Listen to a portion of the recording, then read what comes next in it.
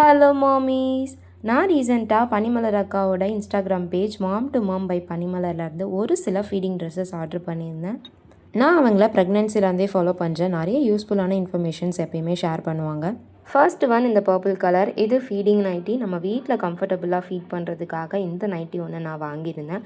இந்த feeding nighty full length cover ஆகுது. அதே மாதிரி அட்ஜஸ்டபிள் ரோப்பும் இதில் இருக்குது. நான் 2 ட்ரெஸ் பண்ணியிருந்தேன். ஆனால் எனக்கு ஒன்று தான் வந்ததுன்னு நான் உடனே அவங்களுக்கு டெக்ஸ்ட் பண்ணேன்.